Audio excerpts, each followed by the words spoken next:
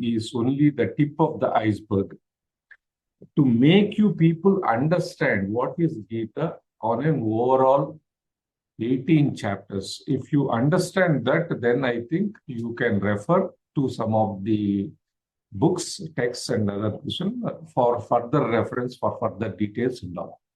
First, foremost important thing is to understand Gita at a very high level itself. It's very, very little difficult to understand. If you take the book and start reading that, it's very difficult to understand. Because slokas and the summaries, whatever are there, it is little difficult. Now, what is the benefit of this and how it is? We'll discuss that once we complete the chapter. So the pattern or the format what we'll follow every day is 6 o'clock sharp we'll start, and then I will refer to okay. What I will do is that every chapter I have condensed and summarized the chapters because I need to complete in 1 hour. My spiritual guru, he will take 2 slokas for 14 hours or 18 hours. That is the capacity at which he goes, and that is the depth of the knowledge what Gita has. But I am completing one complete chapter which consists of 20 plus or 30 plus or 40 plus slokas in 1 day, in 1 hour. It is highly condensed way. But all my purpose, the purpose of this entire 18 sessions is to make you understand what is Gita book all talking about, right? So that you will understand. And that is enough for our life, frankly speaking, because we are not 100% core spiritual guys, okay? So having said that, finally, what is the purpose of this? The purpose of understanding Gita is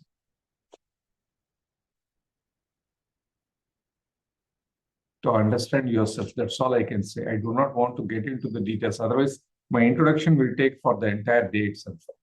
So I do not want to. Let us get into action. Let us start with understanding the Gita as it is. And then we will see every day I will take for 45 minutes to 1 hour. And I'll give 5-10 minutes for any questions on that particular subject, on that particular day topic. So you can definitely ask questions at the end. So having said that, let us start that, please. Shall I go ahead?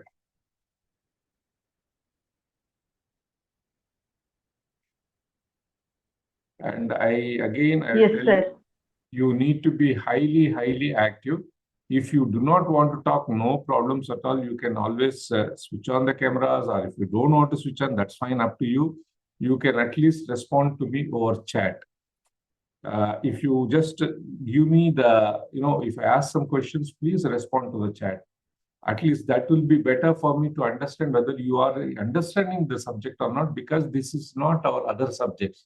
I am not going to talk about science, technology, arts, background, anything, nothing, engineering, no. This is highly spiritual, highly spiritual.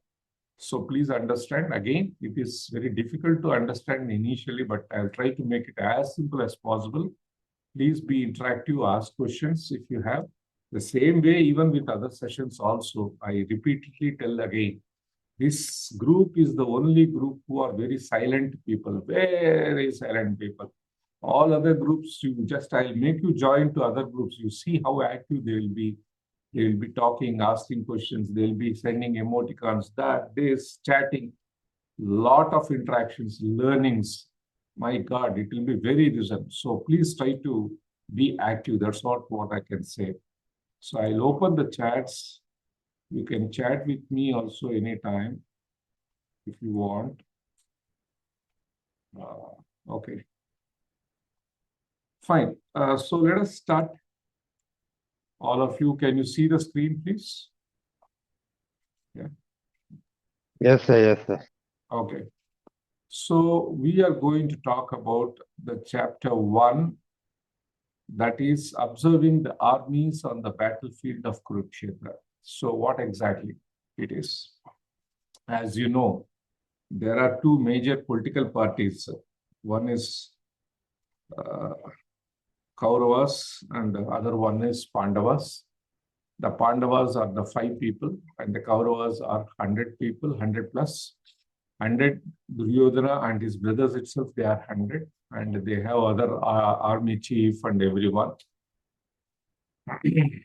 So I do not want to get into that background as to what it is, how the kingdom was, what was exactly the fight between them. There is always constantly a fight between the Kauravas and Pandavas with regard to getting the kingdom. The Pandavas will lose their kingdom in a game, and they lost everything, and they will go to forest for many years, and then they'll come back. And now they ask for their land back after completing all the commitments. But Kauravas, especially the king of the Kauravas, that is Duryodhana, he will not give the land. And then they are ready to fight, and fight for justice, fight for wisdom, fight for dharma, whatever it is. And then they, after fighting, if at all who wins will get that land. That is the context of the entire fight. The Kurukshetra is a place where the actual battle has happened between those two people on the basis of only one thing, that is dharma.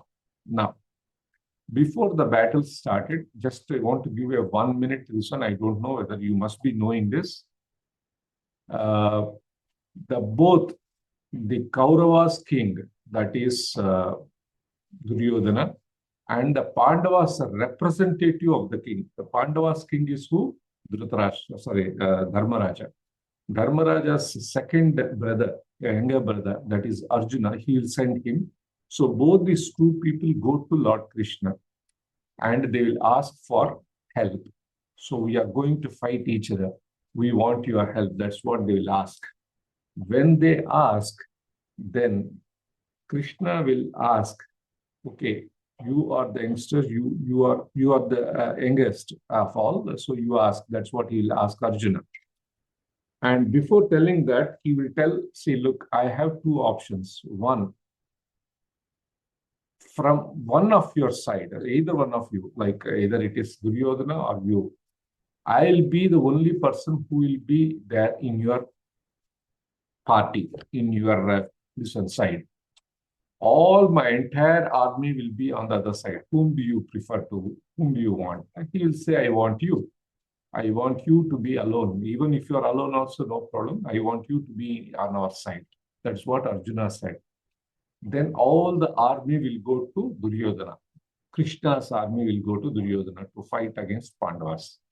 So that is what the agreement, what has happened before the war starts. Okay. So this is the backstage of the Kurukshetra battlefield. So now in the chapter 1, it is called Arjuna Vishada Yoga. I will tell you what exactly it is. And see, here you must be, okay, the point is it is 100% spiritual. But what we will do is that we will try to understand after completing that one chapter at the end of the entire chapter, in what way it is relevant to our life now in Kali Yuga, because this was the Yuga which was before that, Dwapar Yuga, right? This war has happened around 5,000 plus years or whatever. So what was that relevance? That's what we'll try to understand in the last. So first, let us understand as it is, right? How it is exactly. So before we start, it is a ritual practice that we should actually especially thank our Guru. So when we talk about the Guru, it starts with, there is a higher level of, see, there is a hereditary. Your great-grandfathers, your great-grandfathers, your grandfathers, your parents, and yourself, and your children, your grandchildren. This is how the hereditary will come. So it is called Guru Parampara. So that is what we need to do. So please bear with it for 30 seconds. Let us pray for my Gurus. Sadasiva Samarambham, Shankaracharya Madhyamam, Asmadacharya Paryantam, Vande Guru Parampara.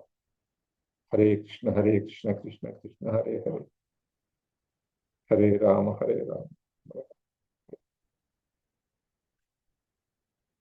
So, Bhagavad Gita is a book or a scripture or a text which was written by actually a sage called Vedavyas.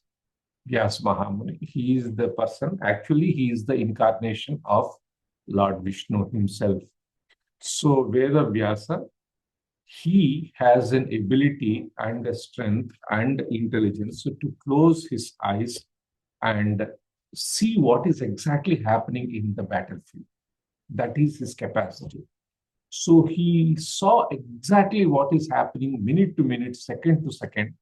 That is how he has written Bhagavad Gita. And after he completed the Bhagavad Gita means the song of the Lord. That is actually the meaning of Bhagavad Gita.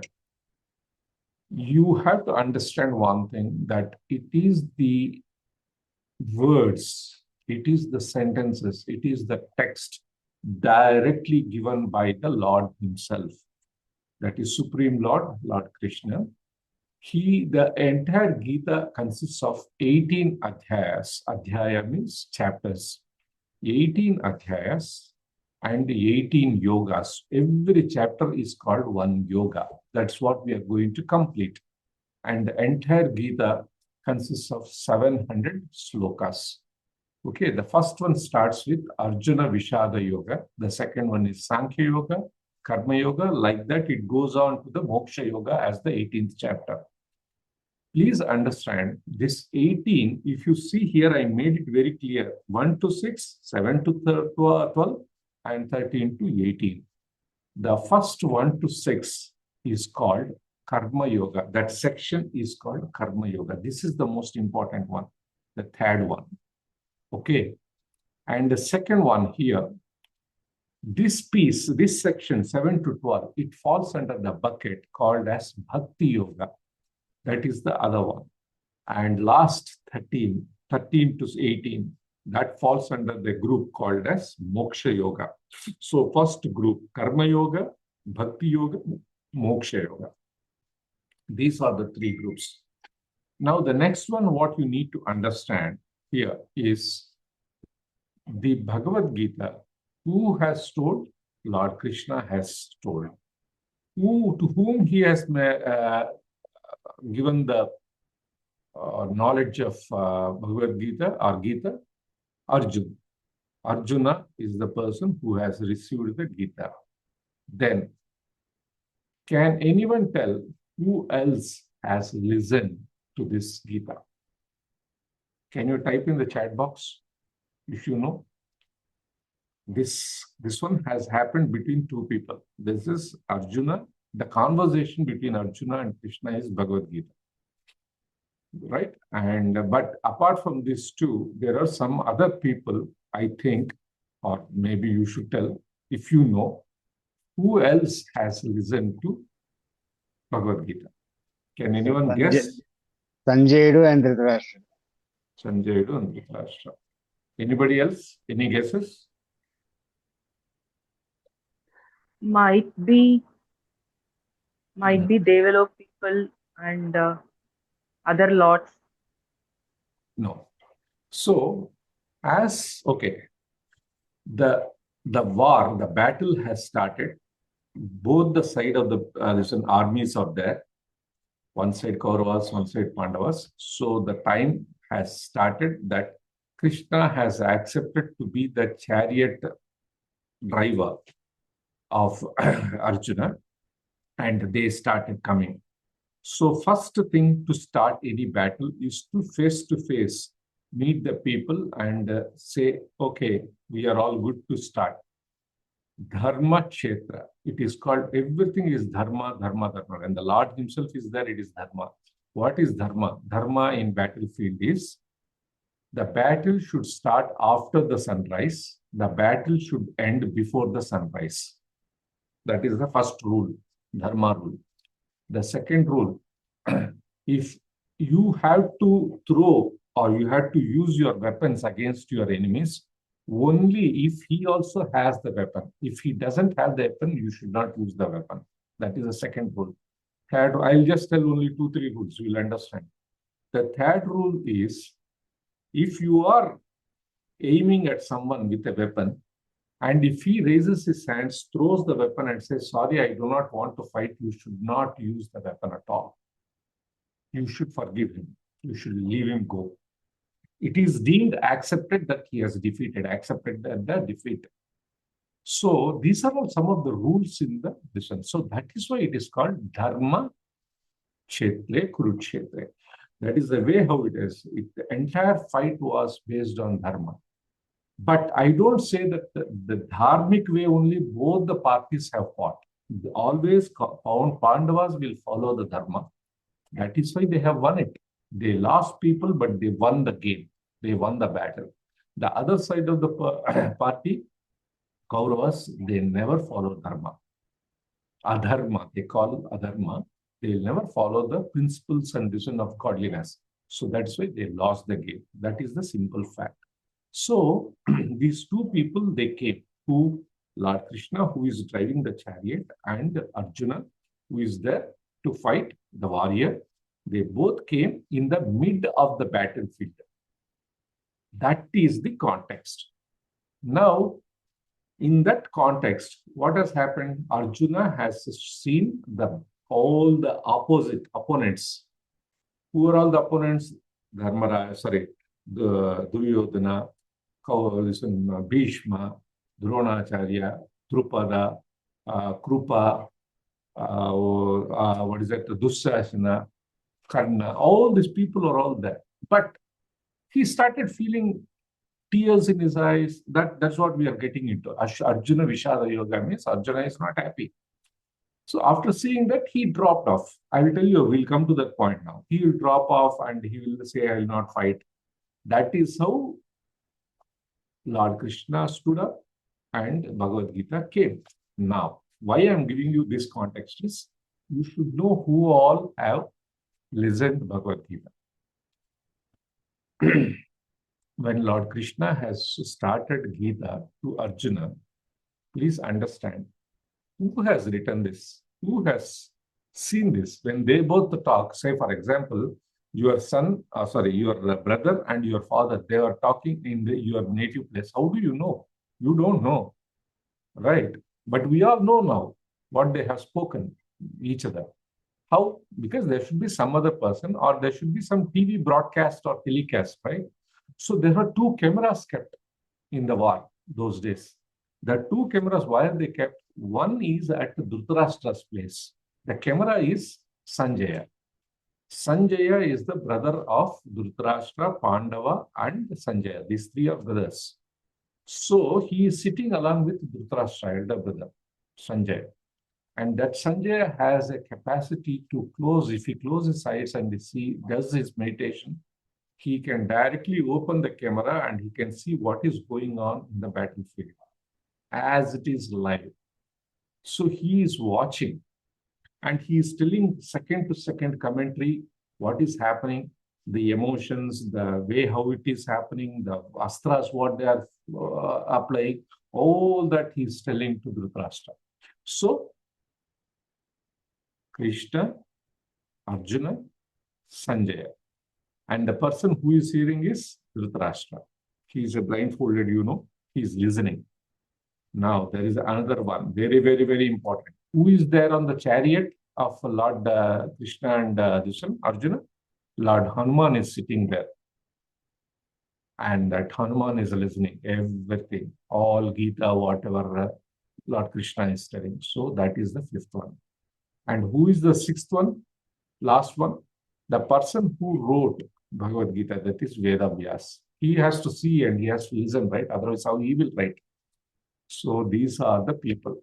Now you tell me once again, it is Lord Krishna, Arjuna, Dhritarashtra, Sanjaya, Hanuma, and Vedavyas. These are all the people involved in Bhagavad Gita. But the actual characters in Bhagavad Gita is only two, Krishna and Arjuna. Clear now? So the introduction is clear, the context is clear, the stage is clear. Cameras are on, battlefield is about to start, that is the situation. Okay, so now, why Bhagavad Gita? Bhagavad Gita is only for two things. To make you people understand that I am a human being. Now you will really question me. What, sir? Don't we know that we are human beings? Once after listening the 18 chapters, you tell me, I'll ask you the same question. I'll ask you the same question. You know what I used to ask in our general sessions? Who are you? Who am I? Who am I? I'll be asking you. Now I'm totally differently asking you. Are you a human being? Okay. Do you think that I'm a human being?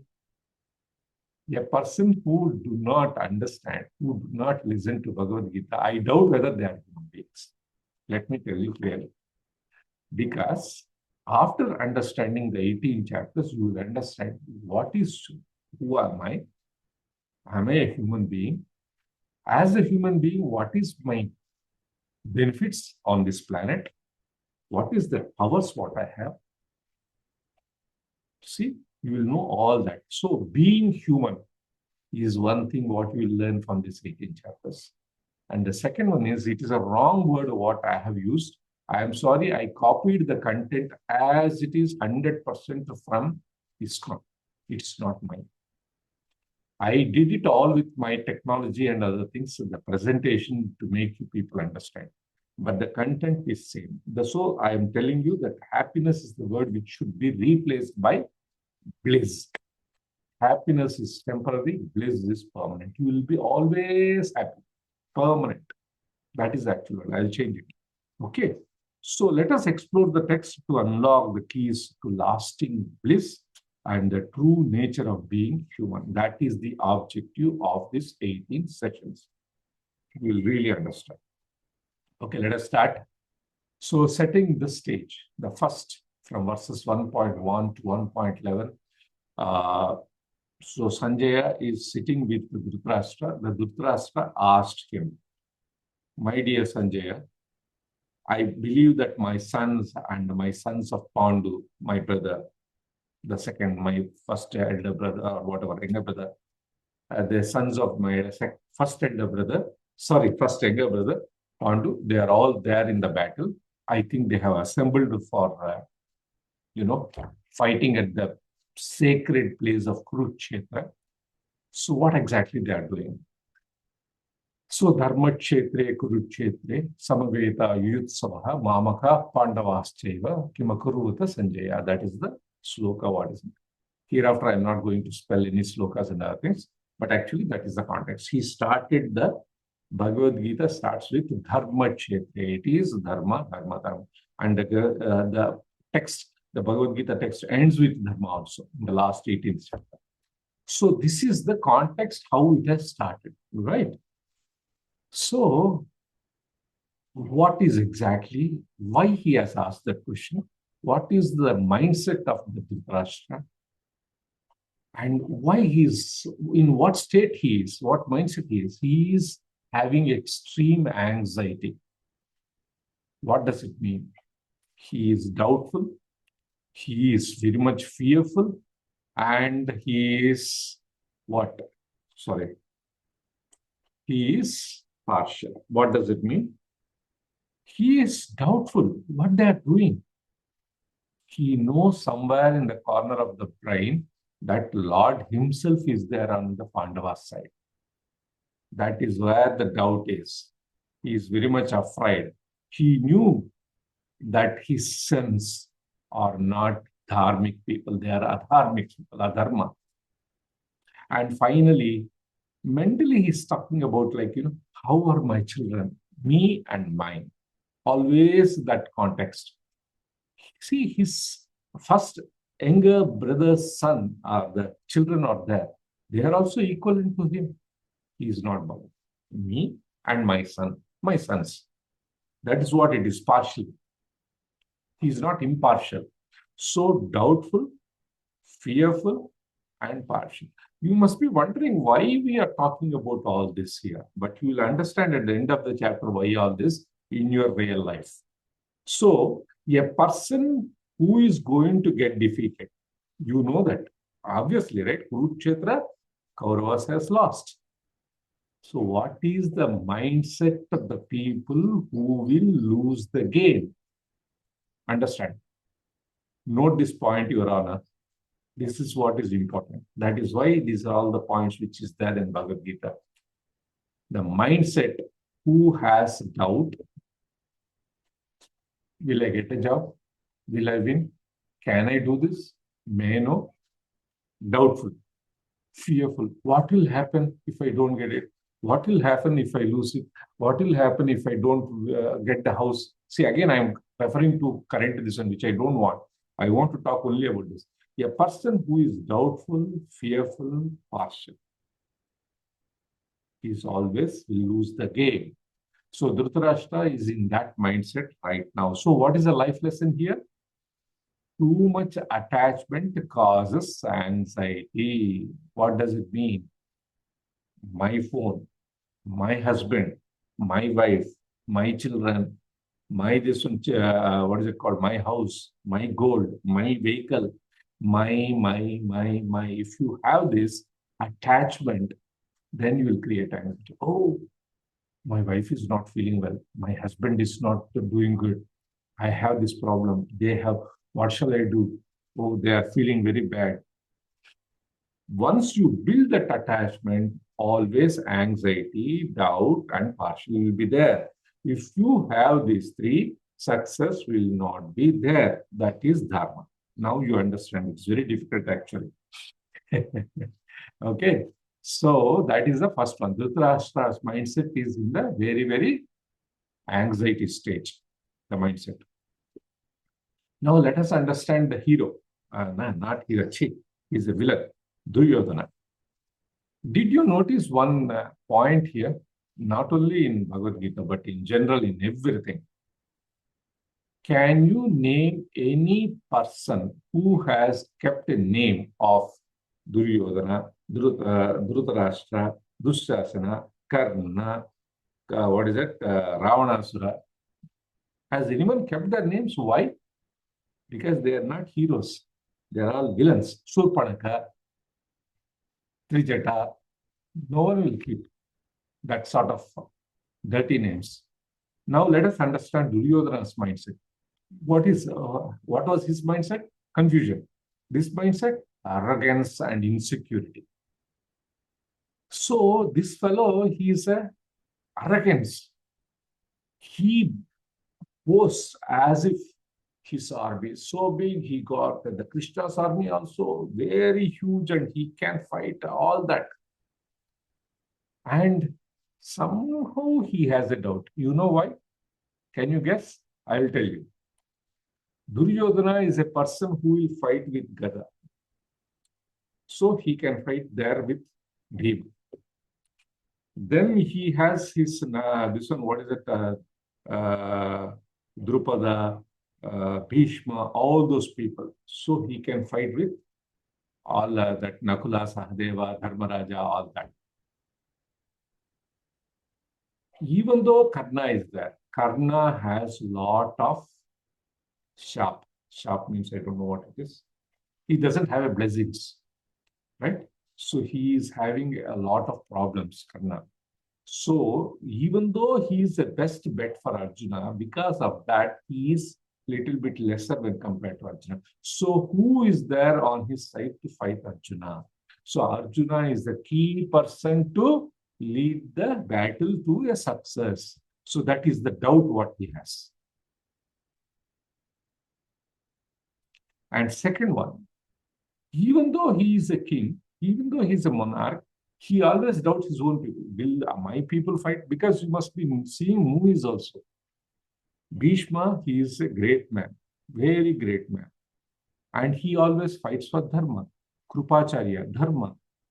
Dronacharya fights for dharma. But why they are all standing this side? Because they have given a oath.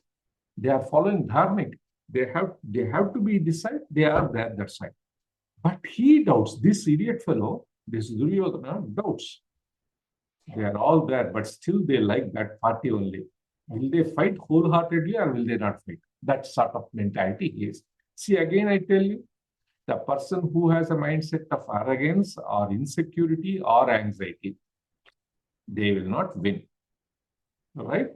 And always there is a life lesson here which you should know. A person who will try to boast always, you know, I got so many awards. You know, I did so many things. I am doing this. I am doing great. I am doing always talking about self-glorification. These are all the symptoms of insecurity. If you understand Bhagavad Gita, whenever you see a person who is telling that, you will smile and laugh because he is insecure of himself. He doesn't have the confidence in himself. That is why he keeps telling that.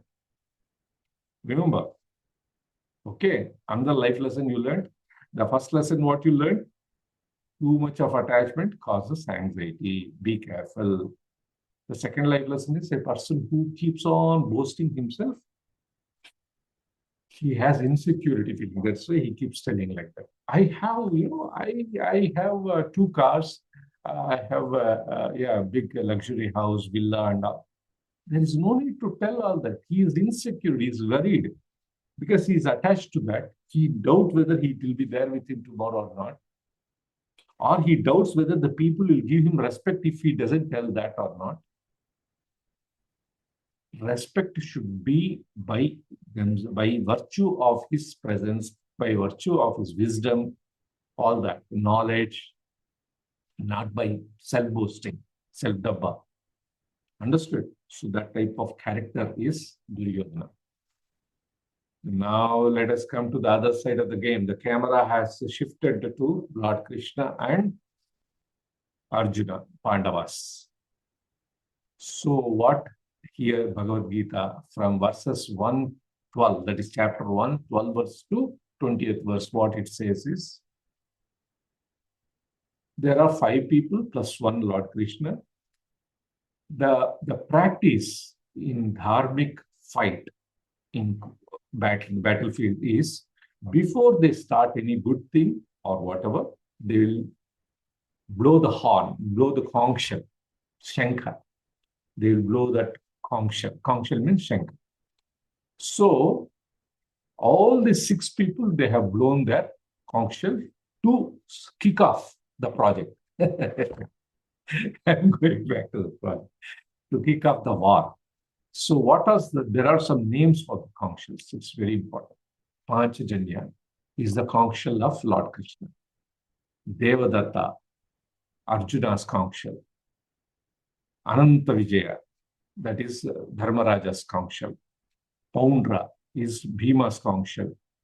Sughosha is Nakula's conch shell. Right? Like that. And finally, the Manipushpaka is Sahadeva's conch shell. All of them, they started blowing the conch shell. By this blow of various conch shells, the entire land of Kurukshetra has shivered, shaken up. That is what has happened actually. In the next verses, it will be there. It was so horrible. What was the reason why the conch shell was blown? You know that? The conch shell is blown only to mention that we are doing some good things as per dharma. That is the sign. That is a symbol of blowing the conch shell. I am doing something good thing. I am doing a good thing as per dharma. This is a dharmic world, dharmic universe. I am a dharmic creature. I am starting my day like this. That is why before you start your prayers to Lord, puja, you blow the conch shell. Before you do something, you blow the conch shell. So before the fight, they blow the conch shell. This is a sign of good thing, auspiciousness. Right? So now you see that side, there is a, what is that? That side, there was arrogance, insecurity, and anxiety, which was something which is a symbol of defeat. Now let us understand what is a symbol of success, victory. 1, Lord himself is there. When Lord is there, automatically the Lord family, that is the goddess of fortune, is also there. Obviously, right? The symbol of strength and service, the Lord Harma is there. And finally, the chariot on which both Lord Krishna and Arjuna, which is presented, given as a gift by Agni Deva, the fire. The fire god has given that chariot with 5 white horses and a golden chariot to Arjuna.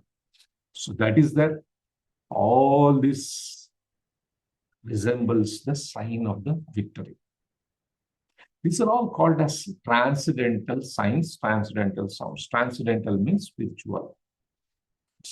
It's a great this one, right?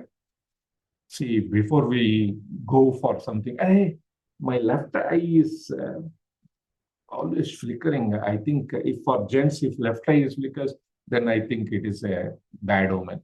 If right, this one, it is good. Oh, I saw a black cat coming. These are all the things are there, right? We call it as signs, right? But similarly, these are all, I don't know whether it is there in Shastra or not, but these are there. Before you start, if you see a cow, it's a sign of victory. Understand? Before you step out of the house for some good purpose, for a meeting, for signing something, for some good purposes, if you see a cow, it is dharmic, sign of victory, sign of success, remember. So, the life lesson here. If you follow dharma, if you are under the shelter of dharma, what is dharma? If you don't know dharma, don't worry. Don't worry. Just remember him. When you remember Lord Krishna, that itself is dharma. Okay.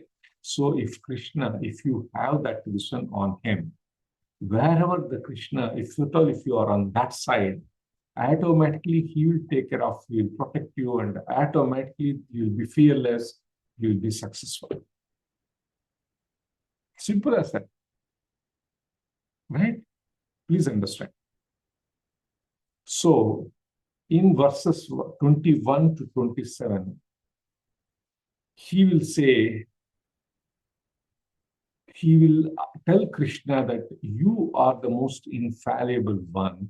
Please draw my chariot between the two armies. Come on, take the chariot. Because Krishna is now acting as a driver. So he has to obey his boss. Now, currently, at that particular scenario, the boss is Arjuna. We generally call Nara Narayana.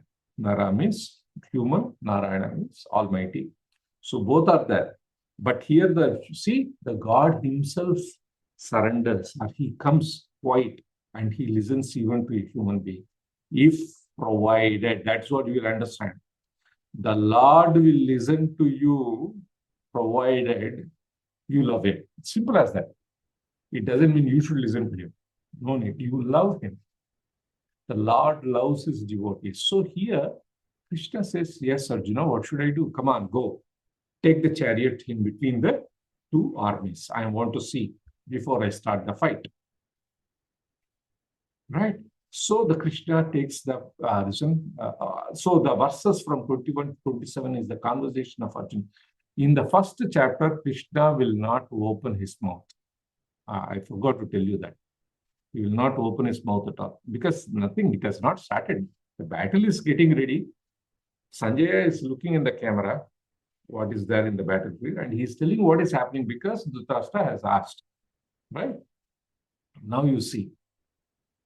Achyuta is the another name of Lord Krishna, the infallible connection. So, the person who has the relationship and nothing, always he'll have disappointments, heartbreaks, separation at the time of death, all that fear will be there, right? For the human being. Whereas Achyuta, the Lord, is an infallible. He is eternal. He can go through the walls. He can go through anything. Everything is in him only. He never fails his devotees. He never, never, ever. Whoever who has confidence, belief, trust in him. See, there are two words here. You remember my bold reason, belief, trust, and love. BTL formula. You must be wondering, what is so difference between belief and trust? Remember, what I used to tell you, believe in you, trust in the system, and love the God. Now you must be wondering, what is that belief in me? Who am I? I am a soul. Where am I connected? Why the soul has come? From the super soul. So super soul is ultimate. That is there with us. It is there. So you should believe in you. If you start believing in you, you have started trusting the system, what the Lord has said. So that is the reason. So the Lord will never fail his devotees. He will never make you fail. Understand? He will test you. He will test whether you are listening. Say, for example, today, before starting the session, I was scolding everyone. I'm honestly telling you why these people are like this, why they are not attending, why they are not interested. When something good is happening, why they are not doing this. I was scolding all that. He will test. Why? Because he wants to give you good. He wants to see you whether you have the patience, whether you believe it, whether you trust yourself. So all that he will test, and finally he will take care of you. He will make you a perfect individual human being. Right? So the life lesson here is the key to happiness is to establish a relationship with the one who is infallible. I will tell you something. You want 50,000 rupees. You will go and ask a person 50,000 rupees, any person, your friend or someone. But one thing what you know, that that person already lost some 3 crores or something somewhere, and already indebted and debt, and he has taken a lot of debts for his daughter's marriage, and you are going and asking 50,000 rupees. Will you get it? Obviously not, right? But if you go and ask a person who is a wealthy, rich friend, who has a lot of money, a lot of name, fame, everything, you will definitely get it. Simple as that. You are a human being. You know that if you ask another human being for help, if he helps, it is none other than, see, God will never come himself in that dress and he will help you. Or he will not come in the movie like, oh my God, movie, that Akshay Kumar, he'll come and help that guy, right? See, those are all good movies. I don't say no. God will come only in the form of our human being only, in case if he wants to help. So let us leave that apart. Let us come back to Bhagavad Gita. What it says is, you trust the person who is infallible, means he is eternal, and who will definitely 100% no doubt he will take care of us. You believe in him, you trust in him. He will test it. Don't worry. Don't stop. Do that. Build that relationship. That's what I keep telling. Believe, trust, and love him. That's all he'll tell in the next, you'll understand. Okay, next, miseries of life. Now what has happened, I told you, right? The chariot will come in the center of these two armies between 28 verse and 46. Then what happens? Arjuna will see everyone. Oh, my grandfather, my uncle, that person, my friend, my step brother, what is that, cousin brother. So many relatives, friends. I am going to kill all these people. No, sorry, I will not. So that is what Arjuna felt that time, and he will drop off his, what is it called, the weapons and all. He will drop it off. And he'll say, sorry, I cannot fight, and he'll collapse. Arjuna. So here what we need to understand, what made Arjuna like that? Just because of seeing the relationship and all this? Right? Now, let us understand. He has got the immense stress. He got an immense stress. What does it mean? First, his mind was really, meaning, right?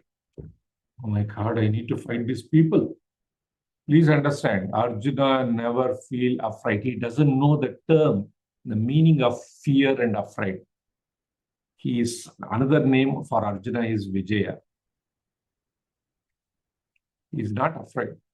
He is sentimental. I want to kill these people. He is so warrior. He is the synonym of warriorship. Okay. So he himself got that feeling. And his mouth got dried up. No water in his mouth. Trembling, shivering. hands shivering, and little bit of burning sensation. These are all the symptom of stress, the anatomy of stress. And he has thrown his bow and arrow, the Gandiva. The name of that bow and arrow is Gandiva. Who has given that Gandiva to him? Lord Shiva has given. And he could not stand. He has collapsed. Did you notice any of these points in your everyday life? Most of the people will have everyday life. That is, they'll say, don't take stress, don't take stress. We'll come to that point later. So the life lesson here, Bhagavad-gita helps you in managing your stress. Very important, because stress is the seed, the foundation of all our illness. Mental illness, physical illness. Stress, stress, stress. Okay, understand? Before you get stress, now you should understand what are the three types of miseries what we have as a human being. If you understand that, you will not feel stress.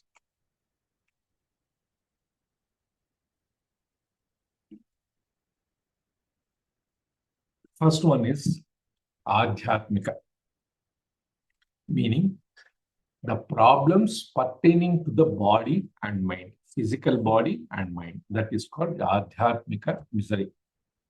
The other one is called Adidhaivika, meaning the problems created by natural disturbances like famine, earthquakes, all that. Then the other one is called Adibhautika. The misery is imposed by the society and other living beings, not by your body, not by the nature, but by the society and other community people, like COVID, all that, typhoid, eating bad, so eating something stupid things and getting the diseases, spreading everyone.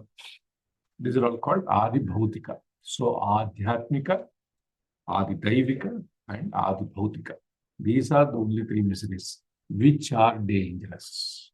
All other miseries are temporary. Please understand this point. Here it is not told. That is what Bhagavad Gita is. Whatever the miseries you have apart from these three are temporary. It will go away. These three things are to be done by the soul and super soul only. Only soul and super soul will attend to these three. All other things, forget it. It all comes, it goes. You should not bother. That's what you should understand. So Arjuna decides not to fight. Why? Number one, compassion. Compassion to his family. Loss of enjoyment. If I kill them tomorrow, who will call us for a party? Who will celebrate the functions? Who will celebrate the festivals? With whom we should celebrate? Fear of sinful way. If I kill them, will I go to Naraka? Hell? Fear also. That is verse number 36, he says, and destruction to the family tradition. If I kill them tomorrow, my wife, what will say? Where she'll go? Where are my brothers? Where are my grandparents? What should I do? All these reasons, it is lingering in his mind, and he decides, no, I will not fight. Now understand, what is a life lesson here? It is that, please understand, he got confused. So he needs something to make him understand what is correct, what is not. What decision he needs to take correctly. In that sort of serious situation, Gita is the only source which will give him the correct solution for him. Right? So when he decides not to fight, see, don't imagine, okay, you are just imagining like a movie, a fight, he doesn't fight, okay, Gita will. No, just be in the shoes of Arjuna, in front of millions of people ready to fight, big people to fight. He is now deciding not to fight. And there should be something very strong. See, for example, if I say, Abhirami, are you planning to go to Delhi? I'm thinking. I'm in stress now. What should I do? I have this problem. What? Is that a great thing? Is it something like a war? Or you are some China-India war and you are the captain, you are not fighting and somebody has to come and motivate you? No, it is a small thing. But see the big picture here. Be in the Arjuna's shoes and imagine what is the situation. At that time, just imagine who should come and make him understand, my dear friend, it is not compassion, it is not laws of enjoyment, it is not sinful, it is dharmic. Who can tell?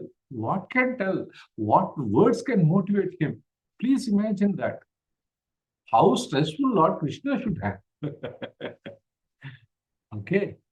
So that is the situation. So during that time. So this is what is the situation of Bhagavad Gita, how it started. Now the Arjuna has led or given us a chance, he has made a stage for Bhagavad Gita to come. Right? In the next chapter, you will understand how it has started Bhagavad Gita now. So these are all Arjuna Vishada Yoga, where Arjuna has decided not to fight because of these reasons. So you understood what is miseries of life. You have understood what the situation is, how the setting the stage is clear. And you understood on whose side the Lord Krishna is there, and whether Krishna, if he's there, all auspicious Krishna, what will happen. And always, Lord will always loves his devotees. And you have seen the signs of victory and signs of losing the game also, right? So this is what is in chapter 1, the Arjuna Vishada Yoga talks about. And if at all, if we always can see, even I have met with a couple of people 2-3 days back also. I don't believe something which I can't see. I am a scientific person. Stupid things, really. And some people say, I want to talk to Lord. I want to see him. I want to talk to him. There are certain rules and regulations for everything. You cannot go to military people and say, actually, I want to have a morning breakfast at about 10 o'clock. They'll figure out. That is their rule. They have their own timings. They have their own perimeters, boundaries, and other things to work with. Police has a different thing. Civilians has a different thing. Similarly, we as a human beings, we should also follow certain rules and regulations. So if at all, if you want to talk to the Lord, there is only one way which you can directly talk to him. That is through understanding Gita. Once you understand Gita in the 18th chapter, you will know how to talk to Krishna. That is the tip which I want to tell you in chapter 1. After chapter 18, you will understand how you can talk to Krishna, how confident we people are all. Confidently telling you, trust, trust, trust, trust. Why? Because we can talk to Krishna. So as you. We are all children of Krishna. Not only we, even the kitten, the puppy, the lion, the tiger, every living being, we are all children of him. You can talk to him. You know one thing? Animals can talk much better than us because they are innocent, number one. Number two, they are innocent. Understand? They follow 100% dharma. You have to get up before the sunrise. They will do that. You have to do your karma and other things between the sunrise and sunset. They will do. Dog has to bark. Dog has to fight. Dog has to wake up in the reason. And dog has to do whatever it has to do, it will do. And it will try to mate, it will try to eat, it will kill. Whatever the dharma is, it will do. It has to sleep before the sunset, it will sleep. And it will not boil water, it will not cook food, and that is his dharma, it will do. But still it is healthy. Why? Because like that, it follows dharma. So you also follow dharma. What is dharma? All that is in the Bhagavadgita. Okay. So that is all the end of the chapter 1. Hope you people understood. Simple, right? But 1 hour just passed by like that. All right. Okay. Now I will open for... now I'll just give you a glimpse of how you can correlate the chapter 1 in your life. Please understand, in Dwapara Yuga, The Kurukshetra is a war, the battle between the two, Dharma and Dharma. And that war, that same battle in Kali Yuga is family and work. That's what Lord Krishna said. Lord Krishna has given the Bhagavad Gita to us because those yugas, good and bad, are different. Please note this point, my dear friends. Good and bad are two different beings. Good person is Pandavas, bad people are Kauravas, these two. In Kali Yuga, both are same. I am looking good now. After this session, I will go and kill some animals and I will eat. And I will scold. I will not do anything properly. You don't know me. You don't see my other face. Twin personality, split personality, we call. That split personality is Kali Yuga. So, every day we have a pattern. You will understand in Bhagavad Gita all that split personalities and other things. You have answer for everything, trust me. You be present for these 18 sessions. I will tell you the most valuable thing in your life. You will understand that I am a human being. As a human being, what should I do? And whom should I trust? Whom should I love? And then, yeah, go ahead, Parisha. So that is what we will learn. Okay, any other questions you people have, please?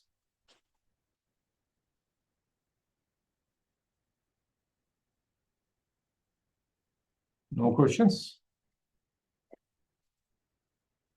Hope you understood the chapter 1. We'll continue tomorrow at 5 o'clock.